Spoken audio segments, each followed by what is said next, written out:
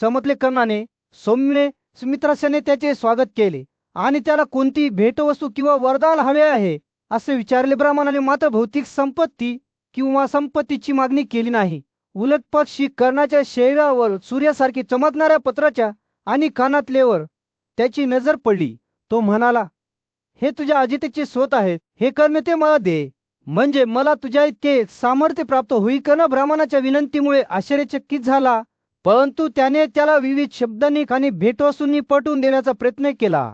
त्याने त्याला जमीन, सुंदर मुली, गाई आणि शेते देऊ केली, परंतु ब्राह्मण त्याच्या टपाल आणि कानातले यांच्या मागणीवर ठाम राहायला विचलित न होता. कर्ण ब्राह्मणाला संतुष्ट करण्याचा प्रयत्न करत राहिला, अगदी त्याची देवता म्हणून पूजा करत राहिला, पण तरीही ब्राह्मणाने दुसरे कोणतेही वरदान मागण्यास नकार दिला.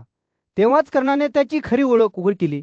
तो इंद्र होता, देवांचा राजा. ब्राह्मणाच्या वेशात त्याच्या डोळ्यात एक खोडकर चमक घेऊन इंद्राने एक व्यापार प्रस्तावित केला. मेचा कोट आणि कानातले यांच्या बदल्यात तो कर्णाला शेकडो शत्रूंचा नाश करण्यास सक्षम असलेला एक डार्ट देईल.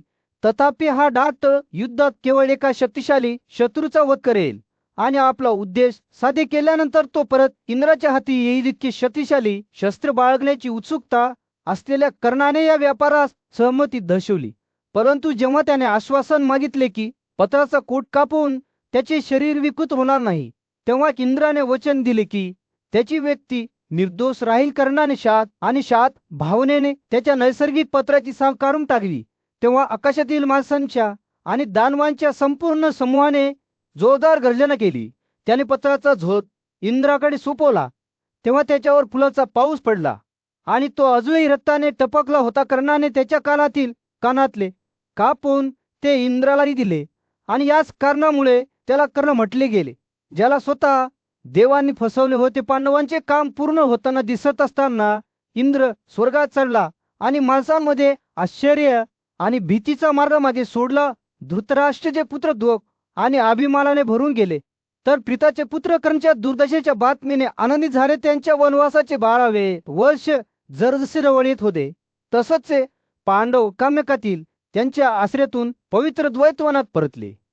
द्वैतवन जंगलावर सूर्य मावळत होता आणि निसर्गावर एक उबदार नारिंगी प्रकाश पडत होता. अमर्याद वैभव असलेला राजा युधिष्ठिर, त्याचे भाऊ भीमसेन आणि अर्जुन यांच्यासह काही काळ या जंगलात राहत होता. कठोर व्रतांचे पालन करत होता आणि जमिनीवरून जगत होता. त्याची पत्नी कृष्ण त्यांना सामील झाली आणि ते एकत्र या नैनान आश्रयस्थानात राहत होते, ज्या भोवती स्वादिष्ट फळे आणि मुळे असलेल्या झाडांनी वेलेले होते. ते द्वैतवनात राहत असताना एक हरिण त्यांच्या मध्ये घुसले, ज्यामुळे बराच गोंधळ उडाला. पळून जाण्याच्या घाईत त्याने चुकून आग लावण्यासाठी वापरल्या जाणाऱ्या 2 काट्या आणि जवळच राहणाऱ्या एका ब्राह्मणाचा मंथन करणारा दांडा उचलला. शक्तिशाली हरिण त्याच्या लमशिमासह द्रुतगतीने आश्रमातून गायब झाला आणि ब्राह्मणाचे सामान घेऊन गेला. त्याच्या अग्निहोत्राबद्दल चिंतेत असलेला ब्राह्मण पांडवांच्या निवासस्थानी धावला. त्याचा चेहरा त्रासाने भरलेला होता. तो आपल्या भावासह जंगलात बसलेल्या अजातशत्रूकडे गेला आणि थरथरत्या आवाजात म्हणाला, अरे गाजा, जेव्हा एक हरिण भोवती फिरत होती, तेव्हा असे घडले की एका मोठ्या झाडावर ठेवलेल्या माल्या आगीच्या काट्या आणि मंथन करणारी काठी त्याच्या शिन्नाशी घट्ट चिकटलेली होती. त्या प्रचंड क्षुल्लकतेचा शक्तिशाली हरिण फेराने लांब पल्ल्यासह आश्रमातून बाहेर पडला आहे आणि त्या वस्तू घेऊन गेला आहे. ब्राह्मणाचे शब्द हताशतेने भरलेले होते आणि त्याने पांडवांना त्याचे सामान परत मिळवण्याची विनंती केली. ब्राह्मणाचे शब्द ऐकून युधिष्ठिराला खूप काळजी वाटू लागली. त्याने धनुष्य उचलले आणि आपल्या भावासह खारणाला पकडण्यासाठी निघाला. त्यांनी त्यांचे कवच परिधान केले, धनुष्य सुसज्ज केले आणि हरणांच्या पावलांचे ठसे वेगाने मागे घेतले. प्राण्याचा पाठलाग करत असताना त्यांनी काटेही, बाण आणि भाला फेकले, परंतु त्याचा काही उपयोग झाला नाही. हरण दुर्लक्षित राहिले. जसा सूर्य मावळू लागला, पांडवांना थकवा आला आणि ते निराश झाले. ते हरणाला चिदू शकले नाहीत किंवा ब्राह्मणाचे सामान परत मिळू शकले नाहीत. त्यांच्या खाणीची दृष्टी गमावून ते जवळच्या वडाच्या झाडाजवळ गेले आणि त्याच्या थंड सावलीत आश्रय घेतला. नकुल, ध्रुव आणि अदितीने भारावून त्याचा मोठा भाऊ युधिष्ठिराकडे वळला आणि म्हणाला, अरे राजा, आमच्या वंशात कधी सद्गुणांचा बळी दिलेला नाही किंवा उद्धटपणामुळे आम्ही कधीही संपत्ती गमावली नाही. मग आम्हाला या आपत्तीचा सामना का करावा लागला? युधिष्ठिरच्या चेहऱ्यावरून त्याच्या भावांच्या चेहऱ्यावरील चिंतेचे प्रतिबिंब उमटले. त्याला माहित होते की ब्राह्मणाचे सामान परत मिळवण्यासाठी आणि त्यांच्या कुटुंबाच्या नावाचा सन्मान करण्यासाठी त्यांना मार्ग शोधावा लागेल. मात्र ही अग्निपरीक्षा अखेरीस त्यांना आनंद आणि विजयाने भरलेल्या भविष्याकडे घेऊन जाईल हे त्याला फारसे माहीत नव्हते. जेव्हा द्वैतवनावर रात्र पडू लागली तेव्हा पांडव शांत बसले. त्यांच्या कठीण प्रवासादरम्यान राजा युधिष्ठिरच्या भावांना अनेक संकटांचा सामना करावा लागला. राजाने स्वतः नशिबाच्या स्वरूपावर विचार केला आणि म्हटले, संकटांना मर्यादा नाही. त्यांचे अंतिम किंवा कार्यक्षम कारण शोधणे शक्य नाही. त्याने त्यांच्या दुर्दैवाचे श्रेय त्यांच्या स्वतःच्या कृतींना दिले आणि त्याच्या भावांनी त्यांच्या भावना व्यक्त केल्या. भीमाने प्रतिकाम्यनला सभेत गुलाम म्हणून ओढत नेताना पाहिले तेव्हा त्याने त्याला खार न केल्याबद्दल स्वतःला दोषी ठरवले. अर्जुनाला सूच्या मुलाच्या कडवट शब्दांना प्रतिसाद न दिल्याबद्दल खेद वाटला. जेव्हा त्याने युधिष्ठिराला फाशी देऊन पराभूत केले तेव्हा सहदेवाला शकुनीचा वध न केल्याबद्दल अपराधी वाटले. प्रत्येक भावाने त्यांच्या भूतकाळातील कृतीवर आणि त्यांच्या सध्याच्या संकटात त्यांनी कसे योगदान दिले असावे यावर चिंतन केले. ते झाडाजवळ उभे असताना नकुलाला पाणी शोधण्यासाठी पुढे शोधण्याचे काम सोपवण्यात आले. तो झाडावर चढला, त्यांच्या सभोवतांचे सर्वेक्षण केले आणि पाण्याच्या स्रोतांजवळ वाढणारी अनेक झाडे पाहिली आणि साहसांच्या रडण्याचा आवाज ऐकला. युधिष्ठिराने त्याला थरथरत्या पाणी आणण्यासाठी पाठवले. मात्र जेव्हा नकुल सरोवराच्या जवळ पोहोचला तेव्हा त्याने आकाशातून आलेल्या इशाऱ्याकडे दुर्लक्ष केले की त्याने प्रश्नांची उत्तरे दिल्याशिवाय पिऊ नये. त्याने आपली तहान भागवली परंतु त्याचे जीवन विझले. सहदेवाने नकुलाचा पाठलाग केला आणि त्याच नशिबाला सामोरे गेला. युधिष्ठिराने नंतर भीमाला स्वतःसाठी आणि त्याच्या भावांसाठी पाणी परत आणण्यासाठी पाठवले. पराक्रमी योद्ध्याने सरोवराच्या दिशेने धाव घेतली परंतु पुन्हा यक्षाच्या इशाऱ्याकडे दुर्लक्ष केले. कोणत्याही प्रश्नांची उत्तरे देण्यापूर्वी पाण्यातून त्याले त्याचे आयुष्य कमी झाले. दोन्ही हातांनी धनुष्य काढण्यास सक्षम असलेल्या अर्जुनाने पुढे पाणी आणण्याचा प्रयत्न केला परंतु बाण उधळल्यानंतर त्यानेही यक्षांच्या प्रश्नांची उत्तरे न देता तलावातून मद्यपान केले आणि त्याचा मृत्यू झाला. राजा युधिष्ठिर आता एकटाच राहिला होता. त्याने भीमाला त्याच्या भावांना परत आणण्यासाठी पुन्हा बाहेर पाठवले जे अनंत काळासाठी गेल्यासारखे वाटत होते. भीमाने जंगलात प्रवेश केला. त्याचे हृदय दुःख आणि तहानाने भारावून गेले. जेव्हा तो तलावाजवळ पोहोचला तेव्हा त्यानेही यक्षाच्या इशाऱ्याकडे दुर्लक्ष केले आणि कोणत्याही प्रश्नांची उत्तरे न देता पाण्यातून त्याले जंगलात काहीतरी गडबड आहे याची खात्री पटल्याने राजाने स्वतः आपल्या भावांचा शोध घेण्याचे ठरवले. तो विविध शक्यतांवर विचार करत जंगलात गेला. ते काही घातक प्रभावाला बळी पडले होते का? त्यांच्यावर दुष्ट प्राण्यांनी हल्ला केला होता का? किंवा कदाचित त्यांनी पाणी शोधण्यात खूप वेळ घालवला होता. तो जंगला खोलवर जात असताना युधिष्ठिराला एक सुंदर तलाव सापडला ज्याची रचना स्वतः खगोलीय शिल्पकाराने केली आहे असे दिसते. तलाव सोनेरी फुले आणि कमानी सुशोभित होता ज्या भोवती झाडे आणि काठ्याने वेढलेले होते. आपल्या प्रवासापासून थकलेला राजा या आश्चर्यकारक दृश्याने आश्चर्यचकित झाला. पण जंगलाच्या शांततेत युधिष्ठिर मोठ्या युद्धानंतर युधिष्ठिर त्या हत्याकांडात उभा राहिला. त्याचे हृदय दुःखाने भारावून गेले. त्याचे भाऊ अर्जुन, भीमसेन आणि जुळे नकुल आणि सहदेव जमिनीवर स्थिर पडले होते. त्यांचे शरीर अक्षत परंतु निर्जीव होते. आपल्या प्रियजनाचे दर्शन घेताना राजाचे डोळे अश्रूंनी भरून आले. प्रत्येक जण एक चमकणारा तारा होता जो एका क्षणात विझला होता. युधिष्ठिराने त्याच्या समोरील दृश्याचे निरीक्षण केले तेव्हा त्याचे मन दुःख आणि चिंतेने भारावून गेले. त्याने अर्जुनाच्या अजेतेबद्दल, देवाने दिलेल्या अभिवचनांचा आणि त्याच्या भावांनी युद्धभूमीवर दुर्योधनाला पराभूत करण्याची प्रतिज्ञा कशी केली होती याचा विचार केला. पण आता असे दिसते की त्या सर्व प्रतिज्ञा आणि अभिवचने केवळ निरर्थक आहेत. जेव्हा तो तिथे उभा होता त्याच्या मनात गोंधळलेला होता तेव्हा युधिष्ठिराला त्याच्या काठाजवळ एक तलाव दिसला. त्याची तहान त्याला पुढे ढकलत होती. पण जेव्हा तो त्याच्या पाण्यातून पित होता तेव्हा वरून एक आवाज आला जो हवेच्या शांततेतून प्रतिध्वनित होत होता.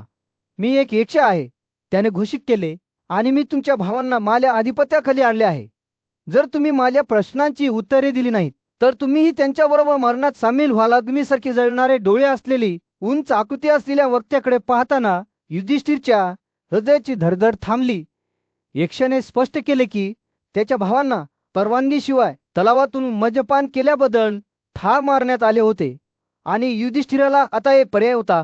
त्याच्यापुढे ठेवलेल्या प्रश्नांची उत्तरे द्या किंवा त्याच्या प्रियजनांप्रमाणेच त्याचेही नशीब भोगावे लागेल. युधिष्ठिराने पुढच्या आव्हानासाठी स्वतःला तयार केले. त्याला माहीत होते की यक्षाच्या प्रश्नांची उत्तरे देणे कठीण असेल, परंतु त्याला हे देखील माहीत होते की त्याच्याकडे दुसरा पर्याय नाही. एका खोविश्वासाने तो उत्तर देण्यास सुरुवात केली. विश्वाच्या स्वरूपाबद्दलच्या प्रश्नाने सुरुवात केली.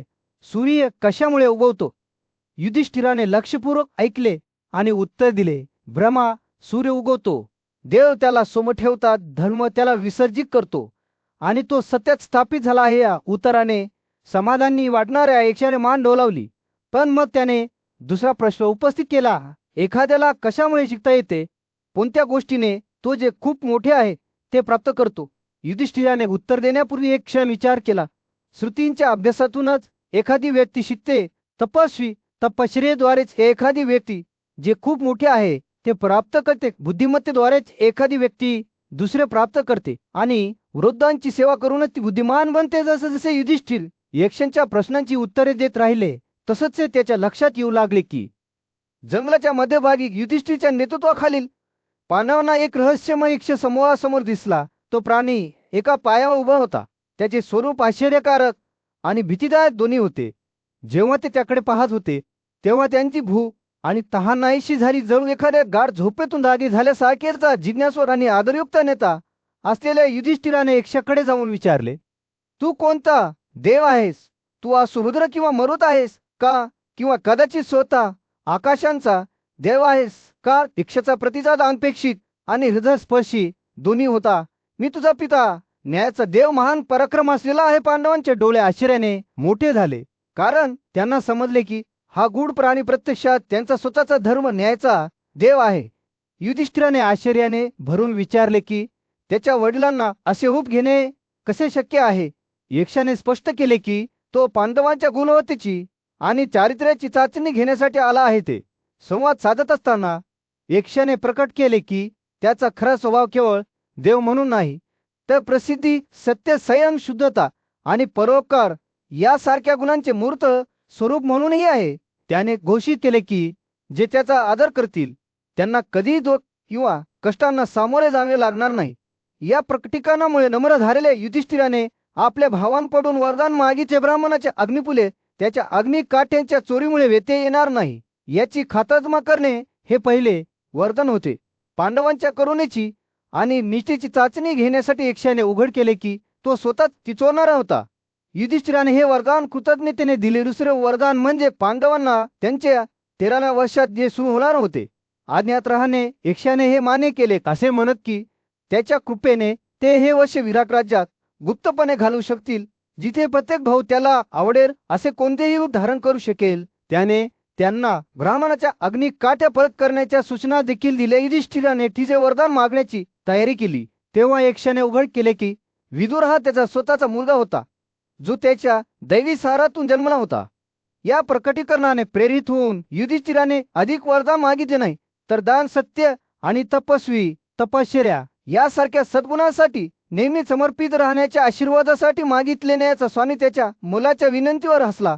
तो म्हणाला की ते आधीच त्याच्या आत होते, कारण त्याने स्वतः या गुणांचे मूर्त रूप धारण केले होते. जसे जसे ते वेगळे झाले, यक्ष नाहीसे झाले. पांडवांना मागे सोडून आता त्यांच्या दैवी पित्याशी झालेल्या भेटीमुळे पुनरुज्जीवित झाले. जेव्हा ते त्यांच्या आश्रमात परतले तेव्हा पांडवांनी ब्रह्मभरत केले. जंगलाच्या मध्यभागी जिथे पांडव 12 वर्षे वनवासात राहत होते तिथे एक गंभीर क्षण आला. युधिष्ठिर, भीम, अर्जुन, नकुल आणि सहदेव हे उदात्त बंधू त्यांच्या पूज्य शिक्षकांसमोर बसले. विद्वान तपस्वी ज्यांनी त्यांना त्यांच्या पंखाखाली घेतले होते हात जोडून आणि हेतूने पाहत ते एक सुरात बोलले, आमच्या चुलत भावानी धृतराष्ट्र पुत्रांनी आमच्यावर अन्याय केला आहे, ज्यांनी आमचे राज्य आमच्यापासून फसवून घेतले आहे. आम्ही 12 वर्षे मोठे दुःख सहन केले आहे आणि आता आम्ही ते वर्ष लपून घालवण्याची तुमची परवानगी नम्रपणे मागतो. त्यांच्या शब्दांमध्ये तीव्र वेदना आणि उत्कंठा होती. युधिष्ठिर बोलत असताना त्याचे डोळे अश्रूंनी भरून आले. त्याचा आवाज भावनेने थरथर कापत होता. तपस्वी त्यांच्या विहोणीने विचलित होऊन त्याला सांत्वन देऊ लागले. धौम्य ज्ञानी ऋषी पुढे आले आणि एक सखोल सत्य सामायिक केले. इंद्रासारख्या महान राजांनी त्यांच्या शत्रूवर विजय मिळविण्यासाठी वेशभूषा केली आहे. विष्णूने देखील दैत्यांना पराभूत करण्यासाठी विविध रूपे धारण केली होती. हुतासन आणि विवास्वत देखील त्यांचे ध्येय साध्य करण्यासाठी लपून राहिले होते. धवण्याचे शब्द युधिष्ठिरच्या आत्म्यासाठी एक मलम होते, जे त्याला आठवण करून देत होते की देव देखील नश्वरांमध्ये चालत होतेशी जेव्हा बोलत राहिले तेव्हा भीम कापल्या पायावर उभा राहिला. त्याची पराक्रमी रचना इतरांपेक्षा उंच होती. त्याचा आवाज उत्साहाने उसळला. आम्हाला कर्तव्य आणि धार्मिक मार्गांचे प्रशिक्षण देण्यात आले आहे. आम्ही भीती किंवा कमकुवतपणामुळे प्रभावित झाले नाही. आमचे भाऊ नकुल आणि सहदेव यांच्याकडे मोठी ताकद आणि पराक्रम आहे. आम्ही एकत्रितपणे आपल्या शत्रूवर विजय मिळवू आणि आपले राज्य परत मिळवू. भीमाच्या शब्दांनी प्रेरित झालेल्या तपस्वी लोकांनी पांडवांना त्यांचे आशीर्वाद दिले. परवानगी मिळाल्या पांच भाऊ धौम्या आणि कृष्णासरर त्यांच्या प्रवासाला निघाले. त्यांनी सुमारे 3 मैलांचा प्रवास केला. त्यानंतर ते त्यांच्या पुढील कृतीचा विचार करण्यासाठी खाली बसले. त्यांच्या निर्णयाचा भार हवेत उडाला. जेव्हा ते त्यांच्या भविष्याचा विचार करत होते, त्यांचे अंतःकरणे आशा आणि दुर्दर्शनाने भरलेली होती. ते शांत बसलेले असताना युधिष्ठिरचे डोळे भीमाकडे खेळले. त्याची नजर तीव्र निर्धाराने जळत होती. आम्ही डगमगणार नाही, तो स्वतःला कुजबुजला. आम्ही आमच्या शत्रूवर विजय मिळवू आणि राजे म्हणून आमचे योग्य स्थान परत मिळवून त्यांच्यावरच्या झाडांवरून वाहत होता. भूतकाळ आणि भविष्यातील रहस्य कुजबुजत होती. जेव्हा पांडव त्यांच्या सर्व मोठ्या आव्हानाची तयारी करत होते, त्या क्षणी जंगलातील कुजबुजीमध्ये भावांना माहीत होते की ते धैर्यनिष्ठ आणि एकमेकांप्रती अतूट बांधिलकीसह पुढे येणाऱ्या कोणत्याही गोष्टीचा सामना करतील. त्यांच्या राज्याचे भवितव्य अधांतरी राहिले, परंतु ते पुढे सरसावले.